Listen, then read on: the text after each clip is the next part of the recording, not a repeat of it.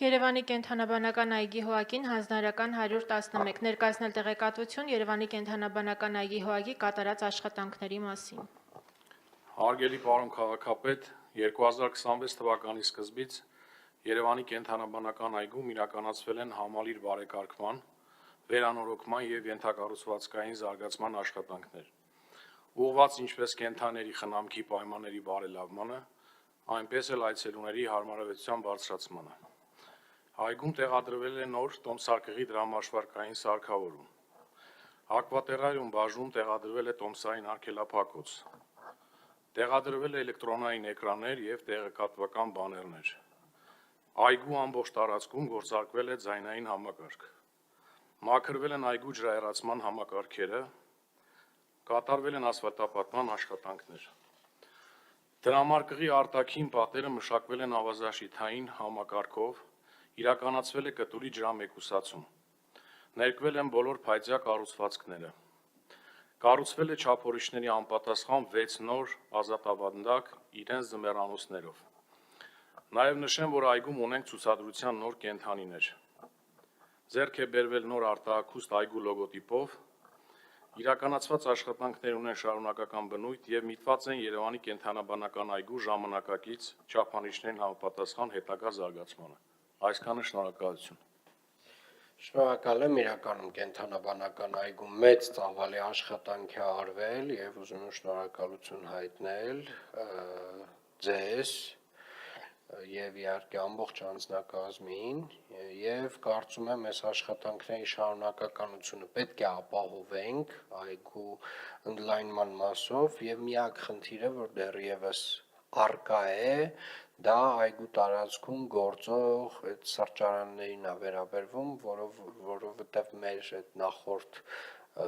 մրցույթներով ոնց որ տենց լավ չլուծվեց, այնուամենայնիվ ինչ որ անընդհատ որոշակի դժգոհություններ լսում եմ այդ մասով, այսինքն հենց բուն կենդանաբանական այգու չգիտեմ վճարումները մյուսը բոլորը կանխիկ անկանխիկ բոլոր տարբերակներով հնարավոր է, իսկ ինչ որ այդ սրճարաններում հələ որ տենց 90-ական 2000-ականների հոգեբանություն եմ զգում եւ սա նշանակում է որ էլի պետք է անդրադառնանք այդ հարցին, այդ մարդկանց եւ մի հատ էլ շատ կարեւոր արձանագրում անեմ սրա հետ կապված, իրականում այդ հնի մտածելակերպով անձինք, ովքեր որ նախկինում ինչ որ մի տրամաբանությամբ աշխատել են, իրանց շատ դժվար է տրանսֆորմացնել։ Իրանք չեն իրանց դժվար է վերափոխվել, ճկուն լինել։ Իրանք մնում են այն տրամաբանության մեջ, որով որ աշխատել են։ Եվ իրականում մեր բոլոր տնտեսվարողները, լինեն այգու վարձակալներ, լինեն այս տեսակ սրճարանների աշխատացնողներ, իրանք կամ պետք է գիտակցեն, որ իրանք առաջին հերթին իրենց մտածելակերպը, իրենց մտածողությունը պետք է փոխվեն, համապատասխանեն այս դարին եւ այս դարի Երևան քաղաքի պահանջներին, կամ էլ պետքա գնան ուրիշ գործերով զբաղվեն, որովհետեւ տենց անընդհատ իհարկե ես վերջին 3-4 տարին